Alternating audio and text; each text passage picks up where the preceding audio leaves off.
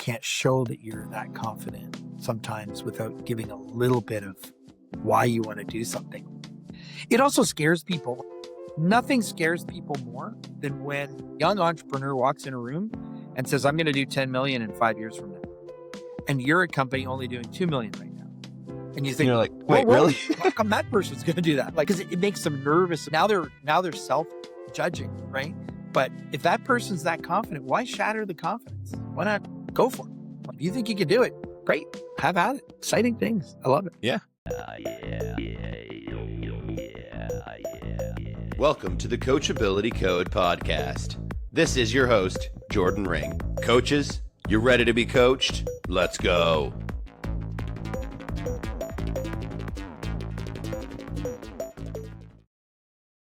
All right, everyone. Thanks for joining me on another episode of this podcast. Super excited for today's guest, Ed Hansen. Ed, if you could just introduce yourself briefly for the audience, what you do, who you are, any tidbits you want to add, that would be awesome. But thank you so much for being here today. First, Jordan, thanks for the invite. I really appreciate it. And quick intro as fast as I can. I'm Ed Hansen, and I really love to support and help people thrive. And I really feed off of that energy. So I used to kind of try to go through like all these things that I do and have done, but I realized that it doesn't really matter to the fact of what leads me to getting to people is finding a unique right fit balance. And if we do, then great. I'm here to be your biggest supporter and your best cheerleader of all time. Amazing. I love that. We both got connected via LinkedIn, via your Monday Matters LinkedIn posts. Anyone that's listening to this, if you're going to be continuing to do them, super interesting and cool posts that you share every Monday. You do some videos. So I think that's where we got connected. But thank you for doing those. Yeah, actually, I do think that is. Honestly, that Monday Matters has been a real blessing in the sense I never knew that it would go to where it went, but it's been fun. I get reach out from people all over at first North America, but now it seems like it's all over the place. So I love it. It's great. It's a great way to connect with sort of some like-minded people and even people that challenge your way of thinking. So it's fun. And I'm going to ask you a big Titanic level icebreaker. What's a belief you held early in your coaching career or your career in general that maybe you've completely reversed now and you think differently on? Wow. Yeah, that's a big frying pan question. Yeah. Well, I think if it's in the coaching side, I think the number one thing is I thought everybody could be the coach and everybody wanted to be a part of it. And the reality is, I think you learn very quickly, not everybody's ready for it. Mm-hmm. And not everybody's ready to engage at that level. They haven't got to that comfort level or that vulnerability level. For someone like me, because I played sports my whole life, I kind of felt like everybody knew that a coach would help you get better, but I didn't. Yeah. And then that's leads me back to the other part of the question is like in business. When I first started, I didn't need anybody. I was better than everybody. I was going to beat everybody. So I didn't. Like, I got it. this. Yeah. I got this. Buzz off. Get out of my way. And the thing is it's kind of funny. I guess in some way it's kind of like an insurance policy in the sense like I don't need it because I'm never going to die. And then when you die, you really need it. Right? I haven't figured it out yet either. But there's a level of comfort. And where is that comfort to starting to find somebody? I've also learned that you really have to find the right person, the person that when they speak, you can hear what they're saying and vice versa. Like you're actually hearing them as opposed to just listening to respond all the time.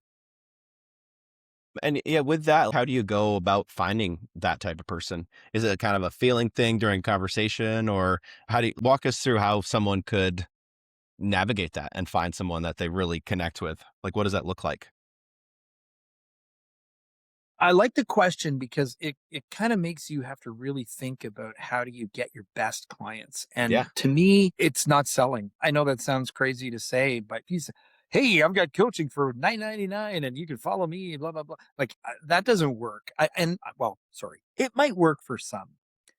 For me, it doesn't. I think they need to see what's your brand, and your brand, I don't think is the picture on my forehead or whatever, but what do you believe in? How do you believe, stylistically, what is the best type of person for you? Who's going to respond best to you? Who you're going to hear the best? If anybody is looking for me to tell them what to do, I'm not that guy. I'm not going to tell you what to do. And the reason is I don't know what you want to do. Like that's a lot of onion peeling. Why? Why? You got to keep going and peeling that back to find out. But I think it's not selling. Selling is not selling. Selling is relationships. It's building who you are. And I think that that's from my own business previous experience, bringing that into the coaching side. That's where I see the biggest difference is not selling, just creating a relationship and helping people solve their own problems with their own solutions. Yeah. And I'm glad you brought that up because I think that subject is fascinating. I even have a post on LinkedIn coming out this week about pretty much that exactly. Is that early on in my career, I thought, okay, I have to sell people. And I talked about my past as a community manager at a retirement community. And how I would have people come in and give them a tour. And I'm like, oh, I have to get them to move in. No, I have to listen to them and talk to them and see if I can help them first. And it's the same now that in my business, it's can I help the person? Great. And if it doesn't work out, I can't, then that's also completely fine. Right. Like it's not it's not a selling. So 100% agree with that. And I think it's something for coaches to think about and really settle themselves into. I think most coaches aren't salespeople. That's Yeah. number one. Yeah. I think generally speaking, I though come from a background where I was in the landscape construction space. And for me, I was selling all the time. But I had a marketing prof one time who said that we are selling and marketing all the time. We just don't know it yet. Hmm. And I do believe that it's kind of true. It's just old school sales was everybody think is, you're in sales, you're a used car salesman, you're just trying to You're push sleazy. product Yeah. and you're sleazy and you're, douchey, that sort of thing. But I think the reality is that a really good salesperson is trying to help solve problems that you have. And as an example, think of it. If somebody was to reach out to you and you weren't a right fit for them, but you knew somebody who was a right fit, why would you ever not help them by getting there? That's just cultivating a relationship for somebody later on down the line. Maybe you can reach out to them in their field of expertise and they could guide you the right way. Yeah. No, 100%. And make it more like, because then that's the relational piece, right? And it's more about can you help them? Yeah. And in the end, if you're helping people, you're helping people. Now, don't Yeah. get me wrong. Of course, got to put food on the table. So you Yeah. do Of want course. to. But the problem is it can't be a panic. If you're standing there with an object like, buy this phone right now, I think it's a rare thing. And I don't think that's what you're looking for in a coach, generally speaking. I was just thinking, like you said, most coaches aren't salesmen, but that's also great, right? Because coaching is such a different like modality that we're not trying to sell something physical. We're not trying to sell you a pen.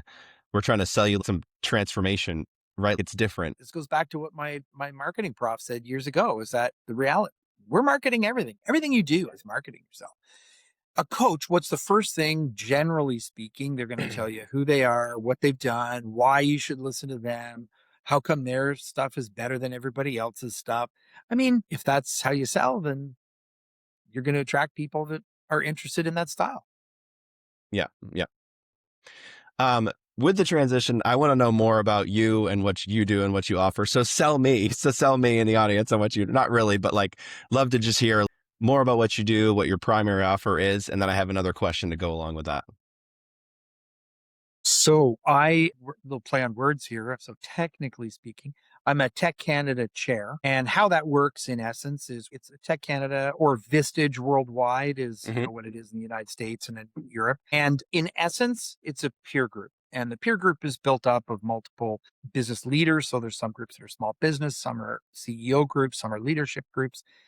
And that's sort of my primary offering is a tech group. And then the other one is I have private coaching as well, which is more for leadership and mindset. So those who would follow Monday Matters would get the positive energy. That's what I want to bring. And positivity isn't just blowing smoke up somebody's, that doesn't help. Positive is learning from your mistakes. Positive is growing through everything and not just kind of, making those. But I got to a point in my life, I'm blessed. I've had a couple companies where I've scaled them and sold them. I've had experience in that side, which, again, I don't want to get into why I've done this, grown a company from this to this. Yes, I've done that. But I think all the mistakes that I've made have built a crazy foundation that's got Mm. stronger and stronger through time.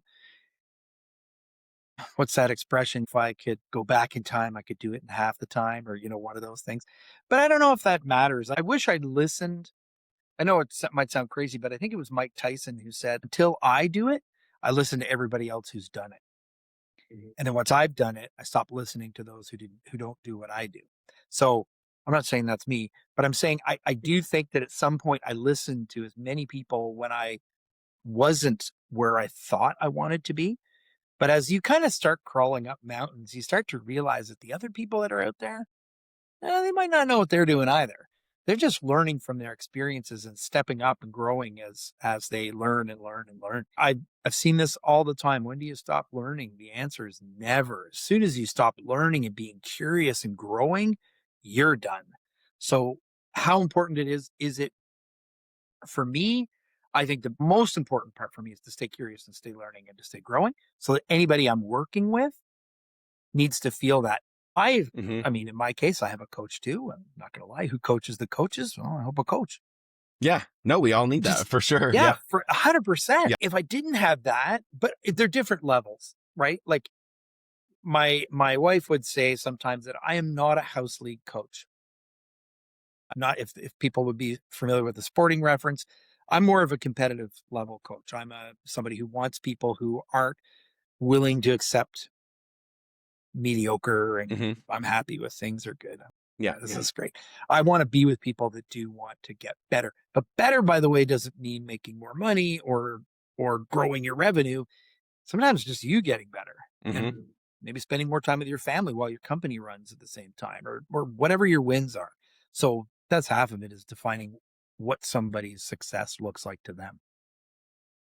And how did you figure out that avenue of coaching is what really worked for you and what you really wanted to, or it doesn't go along with, hey, you're still figuring it out? Because I mean, I certainly am too.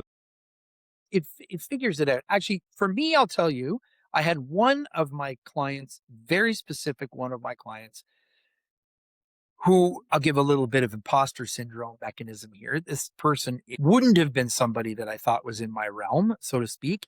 And this Like for person them to approached be me. your client or just For in your me realm, to or coach this yeah, person, I would yeah. have never anticipated this. It would be like me being out on the community shooting hoops out there on the community court and Michael Jordan walking in Okay, and okay. saying, "Hey, you want to show me how to throw that ball?" What? But anyway, he sent me a message actually on LinkedIn, and he said, "Hey, I'd love to have a conversation." We had a conversation, and he was specific what he wanted from me. He said, "Look, I listen to your stuff, I read it. If you truly are this guy, I want to meet and I want to go through things with you." And so we met, and our 1 hour meeting turned into a 5 hour meeting, which he told me exactly what he wanted from me, which I liked because I knew that he knew specifically what he Mm, needed from me. that's And then amazing. Like that level of self-awareness from a client is like, yeah, it's actually, this person is next level. yeah. But what I learned from him is that he might be up here in terms of other people's eyes and so forth. But you can work with anybody at that level as soon as they're ready to launch. And I think that's where I realized what I can bring to other people. I would leave a meeting with somebody and I'd be like, I got nothing out of that. That was horrible. It was the Mm, worst wasted time. I'll never get that time back. This is horrible. Why would that person charge this amount of money? You know, but it's not the truth. The truth is that even if I got nothing out of it, so to speak, I would also learn what not to do next time. I would learn that this meeting wasn't quality. What could we do to make that next meeting better? And hmm. then, okay, so we need to start with a plan. We need to have maybe a procedure for that. But not every client's the same. Some want to walk in and literally just verbal diarrhea for an hour. And I say that because they have nowhere else to be private. They have nowhere else to talk about the failures in their own companies. They have nowhere else to talk about missing payroll. They have nowhere else to talk about the worst things that we don't want to share, right? Because most of those aren't the posts where you say, you jump in and say, today I lost 5 clients and this is the best thing that ever happened to me. Which, by the way, once you get to that other side and you lose some, I mean, I always joke in my business, we had 600 clients one year and we were making no money at all. The next year I went down to 350 clients. We made more money and had a better season. So kind of crazy, right? But It when is you first crazy, but start, yeah, it makes sense. it's tough to do that though, because when you first start, you think that every acorn you get needs to be stashed away for the winter, right? Yeah. Because You if say not, yes to everything. Like I take on every everything. opportunity possible. I have to. If I don't do this, yeah, I totally, yep. That But was what it that's was early on okay. for me. Yeah. If you're in that time period of your business's trajectory, Mm-hmm. that's okay. When I first started, I swept out people's garages as well Mm-hmm. as cut their grass. I needed to pay bills, but I also needed to learn about customer service and what made people happy and how they wanted to relate to me and how they wanted to relate to the company. I didn't know that at the time, but that's the other. I think we learn as we grow. And I think that that's the part that I do. But to back to the original question about how did I get to this evolution? It was that person in general that made me realize, and I'm blessed that that person has stuck around with me. We have very stimulating high level conversation about life and business and what helps that person thrive. Yeah. Um, that's amazing. Let's also talk more about the learning as you go and learning as you grow, because to me that's fascinating. Because I think that when coaches are thinking about, they're thinking, oh, I want to listen to all the podcasts, or especially if you're just starting out, I'm going to listen to all the podcasts. I'm going to read all the books. I'm going to do all these things, and I'm going to try to follow the best advice. But I don't know. For me, it's like every time it's always been, if I don't try it myself and fail a little bit, then I'm not really like, it's not really going to stick. And like, certainly there's things you can learn to avoid and not make all the worst mistakes. But I don't know. I feel like I'm such a firm believer in just go and try it and take the action and fall on your face and then pick yourself up. But, Well, that's um, progress over perfection, right? That's yeah, the standard people think. I I always like an expression for a period of time and then I start to pick it apart and yeah, then I don't like it for a while. But progress over perfection, it's not that doing, excuse the expression, shitty work is good. hmm, What it means is that getting started and failing is okay. And getting started, and actually I read this great article on the weekend and I can't get it back. Unfortunately, I lost it. I should it's have put a gone. Oh, placeholder on okay. it. But what was good was it was just about people. The people that I work with generally, they have an entrepreneurial mindset. Those are generally the people that I'm the most comfortable with because when people start to talk about, oh, I don't want to do this because I might lose this and I might lose that, or I should, and then they're shoulding all over themselves. Yeah. And just do it. Just try it. What's the worst thing that can happen? The best is when a younger person tells me that they're going to do something and they're worried about failure. Because I think if let's say you're 20, you got 50, 60 more years to fail and catch up. 30, you got this many.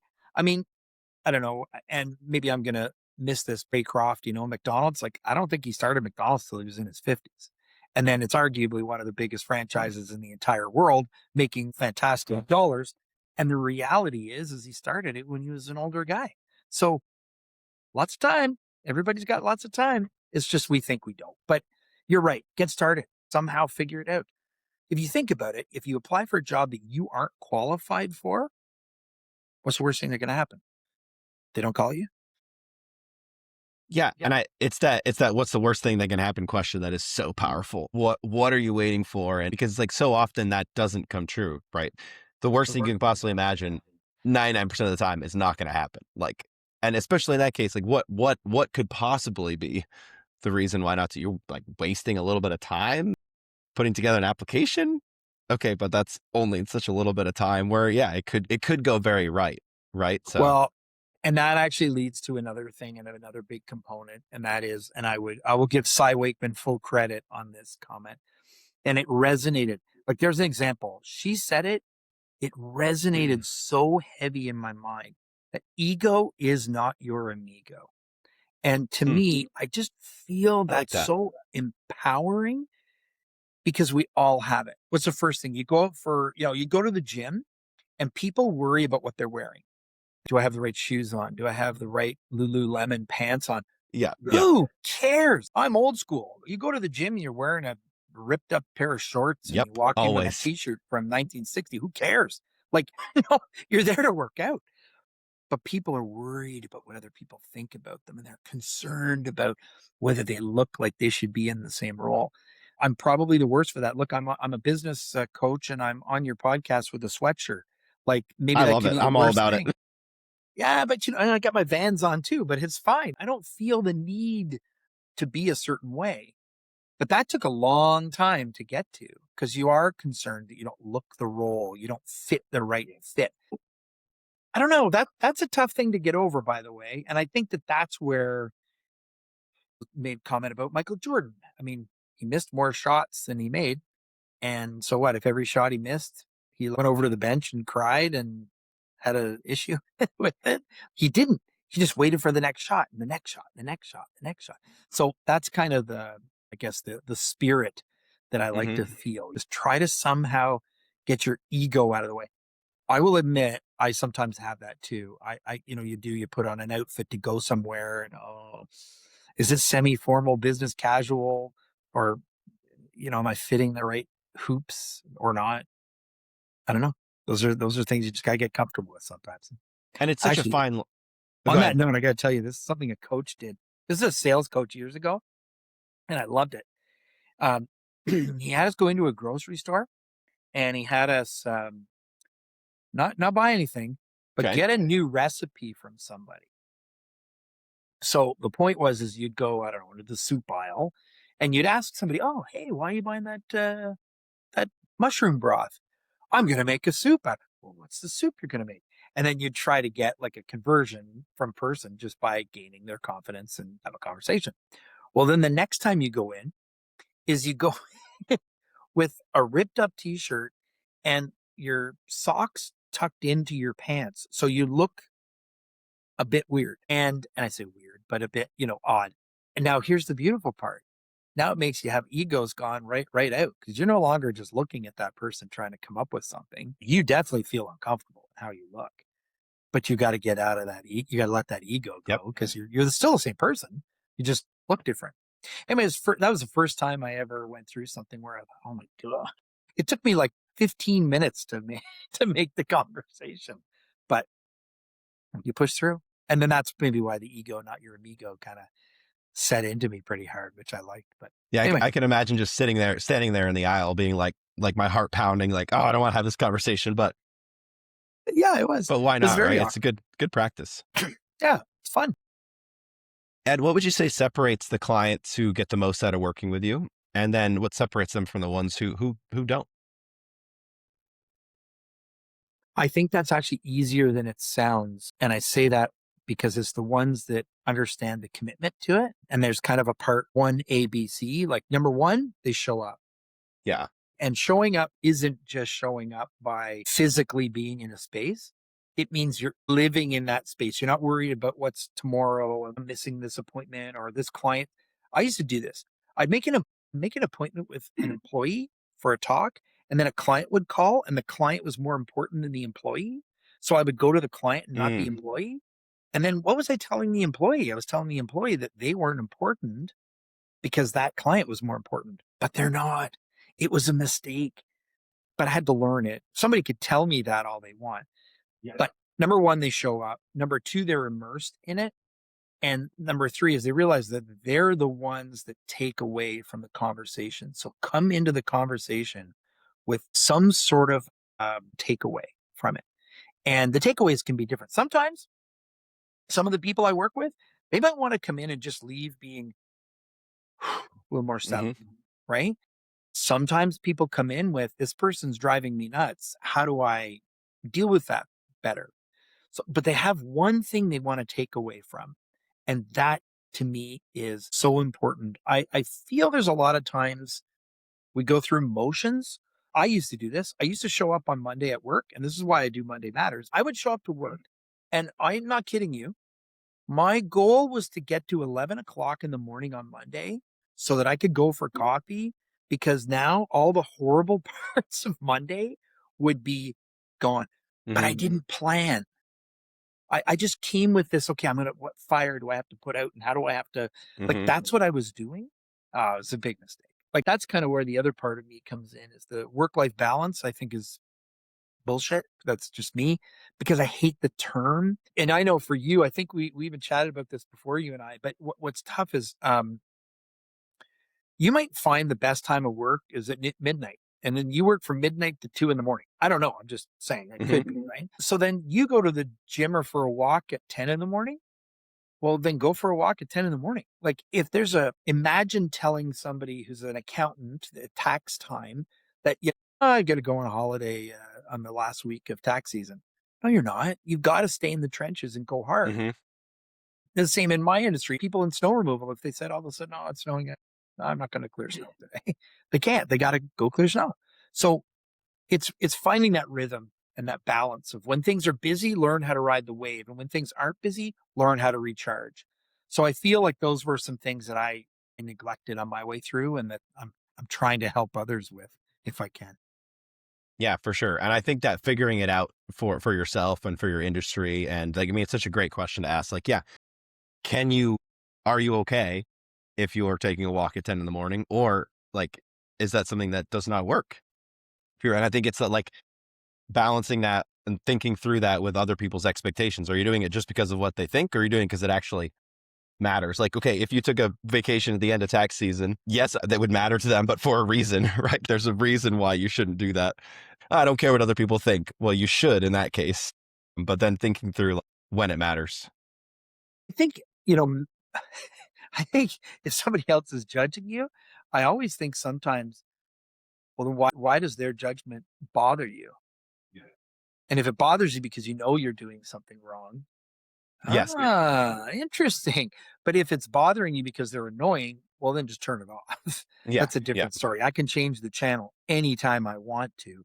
It's just whether you have the guts to do that or not. And that's not to say I'm too big of a fan of certain things. I think that everything in its own dose. And I do feel sometimes that we partner with people who just say what they want us to say. And I might ask that question sometimes. Do you want the coach to answer this or do you want your friend to answer this? Mm-hmm. And by the way, that's meaning your soft friend, right? Because sometimes the only person you see in the mirror is you from the day you start looking in the mirror to the day you stop. Everybody else just comes and goes. So at some point, you got to make sure that when you're looking in that mirror, that's what you want to see. And some people can help you do that. Other people are hurting you, or they're giving their own influences enough. I mean, I've had people tell me, can't you just tell me what to do? I mean, I could, but that's what I would do. It might not be what you would do. Yeah. And was that really what you want from a coach? Like, do you really want your coach to just tell you what to do? Like maybe in that moment when you're frustrated, that's what you're feeling. But like, Yeah. is that really what you're gaining from the relationship instead of just being empowered to make the decision that is best for you? That's something else I learned too. Is in the beginning, even though I went through coaching certifications and things like that, I feel that I probably misplaced consulting and coaching at some point, and then I've clarified that now. You want me to be a consultant? Totally different thing. That's me scripting what you should do. Here's your Mm-hmm. problems. Here's what I feel you should do. That's it. Coaching, I'm here to help you with some strategy, and I'm here to help you like that sort of thing. But so what does that mean? I do think that a coach needs to have experience. I do think that asking somebody directions to go somewhere they've never been before is probably tough. I guess. I Mm-hmm. mean, you might be able to tell me how to get there, but if you've never been there, then how could you be my guide? It'd be hard. So that's why most coaches I know are older. There's not as many young coaches, but that doesn't mean that they can't. I've learned more from some of the young people that I work with, even just watching their tenacity. And I read a great post today on LinkedIn this morning from another Tech Canada chair, actually. And it was about how we put everybody in boxes because they're in different generations. And Mm-hmm. I don't think that's true. I think that, yes, there might be some commonalities and some Tendencies. tendencies of Yeah. some people, but that doesn't mean that everybody's the same. I trust me, I used to see that all the time in my own business. You'd see people who were 50 act the same way as somebody who was 20. So I don't know. It's not generational at that point. But anyway, it's a great post actually. And it is interesting. You see, just learn sometimes just from reading and opening your mind. Mm-hmm. What would you say the hardest lesson you've had to learn as a coach is? Well, I think that the obvious one that I hear from most coaches is that you can't coach everybody. That's Hmm. probably the hardest lesson. You can't Yeah, work that's with tough. everybody, and it is tough. I have something that I always love to do. So I'm a big after action review person, AAR, and I do believe that every day I do this. Every interaction, I have a coffee with somebody. What could I have done better? How could I have listened differently? What could I have done? And I'm very hard on myself. If there's one thing, it's probably the worst thing about me is that I'm personally very hard on myself about my performance and what I could have done better and how I could have helped Hmm. somebody more. So, but I think that's one. And if it was something you could have done to help somebody, that stings. That's just like, and then the worst is even if you could have done something, you knew you could have done something and you didn't act on it. Yeah, that's the worst. That's the worst. You're sitting there and you're thinking, I should say this, but I don't want to because I might hurt their feeling, or I don't know, whatever it could be. I lost a coaching client early on, and I made the sort of executive decision that this person wasn't a right fit for me. Hmm. And we were going to struggle a little bit if we stayed together because, in my estimation, they were kind of lying to themselves a little bit about where they were and what they were doing, or in this case, not doing. So it's one that I kind of go back to quite often. And I look back and think, oh, I could have maybe done a little better there and told them more. Did I have to learn from that experience? The answer is yes, I did. Gave them another path to another coach, and they took it, and they seemingly had a better relationship, and things worked out better. So I get it. I'm not everybody's flavor. We could argue what's better: vanilla, chocolate, raspberry, strawberry. I don't know. Like we could go on and on and be passionate about it, but in the end, you got to pick what works for you.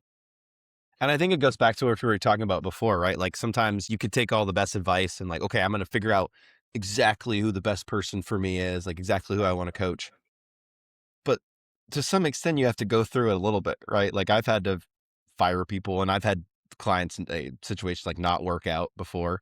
And I feel like it's almost a rite of passage. It's very difficult as a coach, I would say, to like get to a point where, well, I've never had a bad client. I've never had a bad, tough situation. Cause like you kind of have to go through it, right? Like, yeah, I mean, that's what I'm thinking. Like, are they really, you got to this like unscathed? You learned these lessons. I mean, yeah. I kind of have this thing that I do with people. It's not some. This is no big coaching secret here, but I always want people in the early stages is to talk about what you lie to yourself about. Mm, And sometimes we lie to ourselves to get ourselves through the day. In other words, my bank account is okay today. I don't owe money to anybody. You're like, yeah, you might be lying to yourself, but you need to do that to push yourself through in early hmm. stages of entrepreneurship, which I get. But the other one, and just recently somebody that I was working with, they feel that they weren't focusing on their positives enough and they were focusing too much on their negatives. And the tough part about focusing on your negatives, while I respect that, sometimes they also keep you in check. And it's not that they're negative, it's their development pieces. Like you need to work on this to get better at it. And that's when you also have to make a decision. If you're really good at one thing and not good at another, maybe you let that thing you're not good at go. And maybe you focus on the one thing you're really good at. If you're really good at it, then go for it. But sometimes, use hockey as an example. If you're a great skater and you can skate forward, that's awesome. But if you can't skate backward, pretty sure you're going to have a hard time. So you're going to have to learn that at some point. You don't have to be the best at it. Hmm. And maybe you just don't become a defenseman. You just play forward. Like it's just, I don't know. It's that balance of things like that. But people do. It's very hard to get to that stage of vulnerability in a relationship where you can open up enough to say, this is a problem. This is something I need help with. Back to an earlier question you asked about, what are some other realizations? I think asking for help, most people look at that as a weakness. I look at that as a superpower. When you can ask someone for help, I don't know how to do this. I see you do this better than I do. What could I do? when I first started my career in business, oh my God, I wouldn't share a secret if you paid me, but then I will give full credit to this. The executive director of Landscape Ontario, Tony DiGiovanni, he said, if you're in a room of 10 people and you don't want to give up a secret, let me rephrase this for your brain.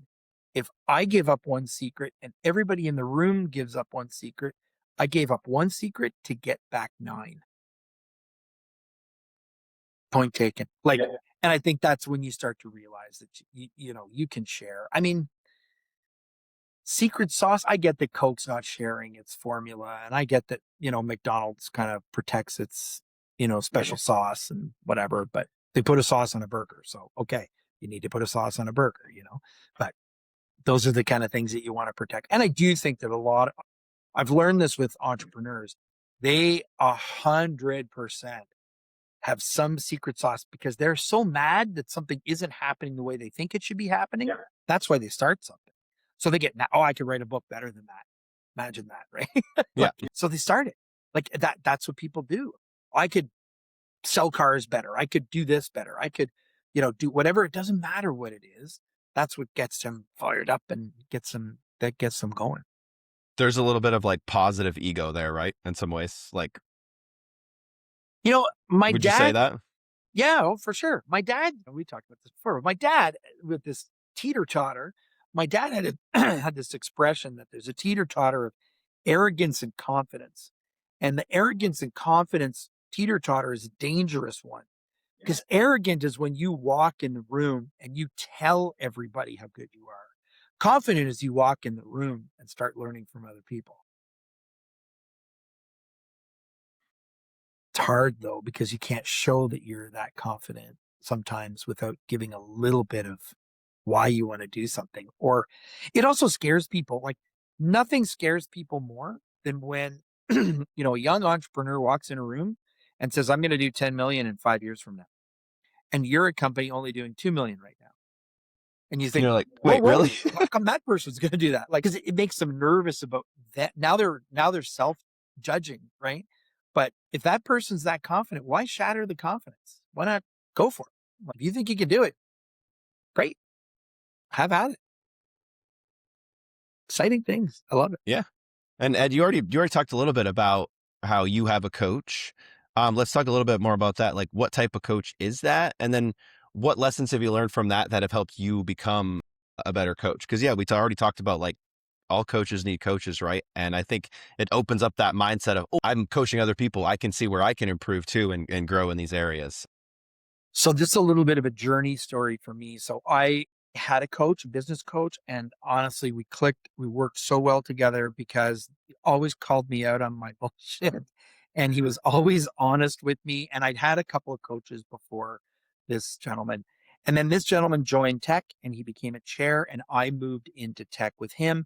And then the crazy story is, he decides he's going to run for mayor of the town that I live in and he becomes the mayor and he's no longer my tech coach. So I sold the company and I went, okay, well, I could be a tech coach. So, I decided to be a tech coach, thinking that I could be a tech coach without any help and guidance and so forth. So I did that. And then I realized very quickly that the community of other coaches, they're, how do I say this respectfully? They're struggling in their own things too, right? They're trying to grow their groups and they're trying to be the best for their group. And then I've done it this way and it's the only way to do it and all that kind of stuff. So I learned, just like in my own profession, I had a technical coach for how to actually do something a certain way, standard operating procedures, figure things out, like that kind of thing. But then I went outside of my industry for another type of coach, which is the one that I ended up with, about how to be better at what I do, my mindset. I think that you don't need to tell a professional how to do their job. I don't think that, I'll give you a great example. My son is a software engineer. I do not need to tell him how to write code. I'm not going to do that. It's not my field of expertise of that part, but his is. Why would I tell him how to do it? But there's parts that I can help with that. So fast forward, I get into being a Tech Canada coach and I'm doing it. I love it. It's great, but I need even more. So I started to go into my underground channels and I started to seek out And again, I don't want this to come out sounding wrong, but I needed a coach who was another level, who would really push and kind of go at that level. That's And I fair. had a gap where I didn't have that. And it was hard actually, because I was really burning fuel that I didn't have in the tank. If I make that sound correct, like I was running in an F1 race on empty, but I was still leading somehow. I don't know. That's kind of crazy, but anyway.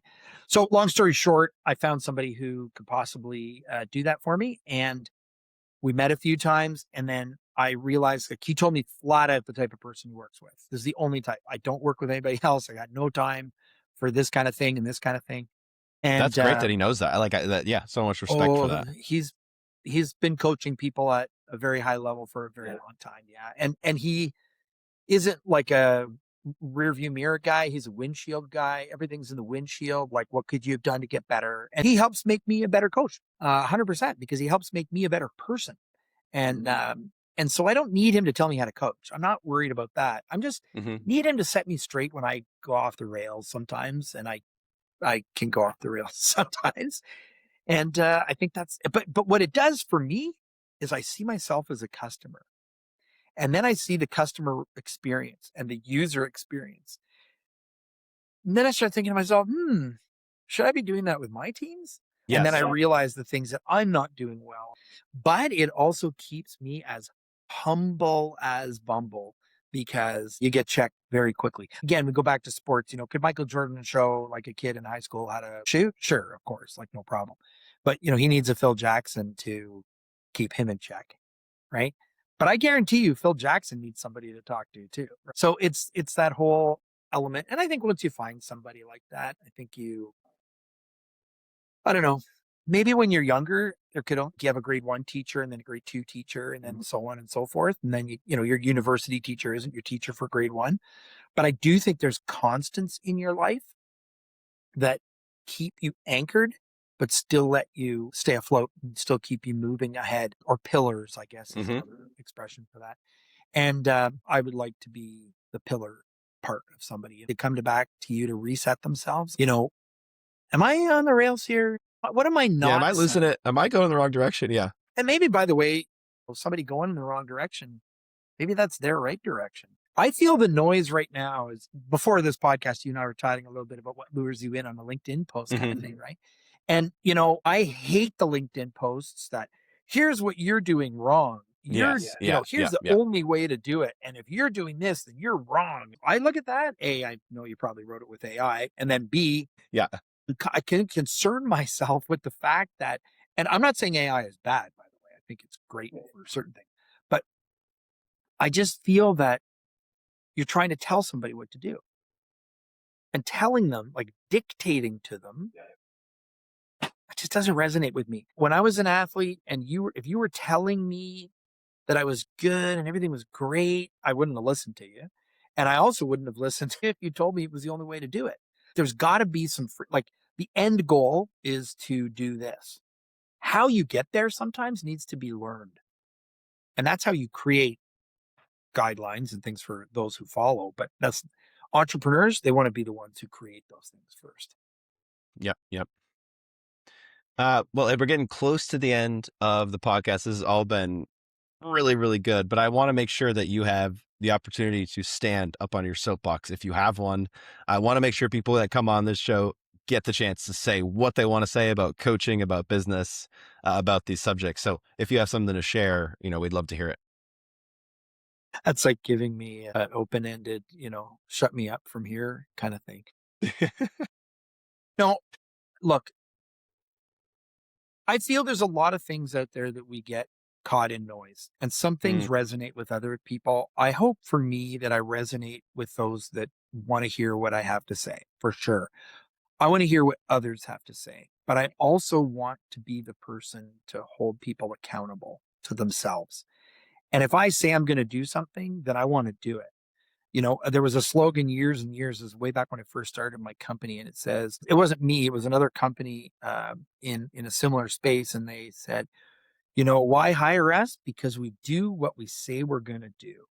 And I just love that slogan, because the people in your life you count on the most, Hey, dinner's at 5. You show up at 5. Dinner's at 5 and they show up at 5:15. But if they show up at 5:15 every time, then that's when they show up. So at least you can count on them to be late. Yeah, It's a good sign, the one-off thing. But it's these things that if you're going to do something a certain way and you're committing to it, why are you committing to it? And if you can argue it and you know it and you can find your blue ocean, then go for it. And I want to be that person. I want to work and grow with people who want to be next level. But by the way, that's not a $20 million company for everybody. For some, that's just a mom and pop shop and they're enjoying themselves. But maybe they just need to talk to somebody to work some things through that isn't going to judge them all the time on those kind of things. Yeah, that's my soapbox. And the other thing is just because somebody else is doing it doesn't mean you have to. And just because everybody in the world, if you don't do it this way, then you're going to fall behind. Well, then fall behind. Like, I just don't, I, I don't know if those things just don't worry me. I guess maybe I'm, in a different breed or something, but everybody's going to do it this way. Well, let them. Like, and lemmings all run off cliffs. It doesn't mean you have to run behind them too. There's my soapbox for 10 minutes. But honestly, I feel all of that. yeah, and even for me too, like there's so much empathy in things too. I can remember, and this will probably a whole nother podcast, but if I think of the things during my own business, I can remember sitting in my car, losing a big client and just crying like a baby.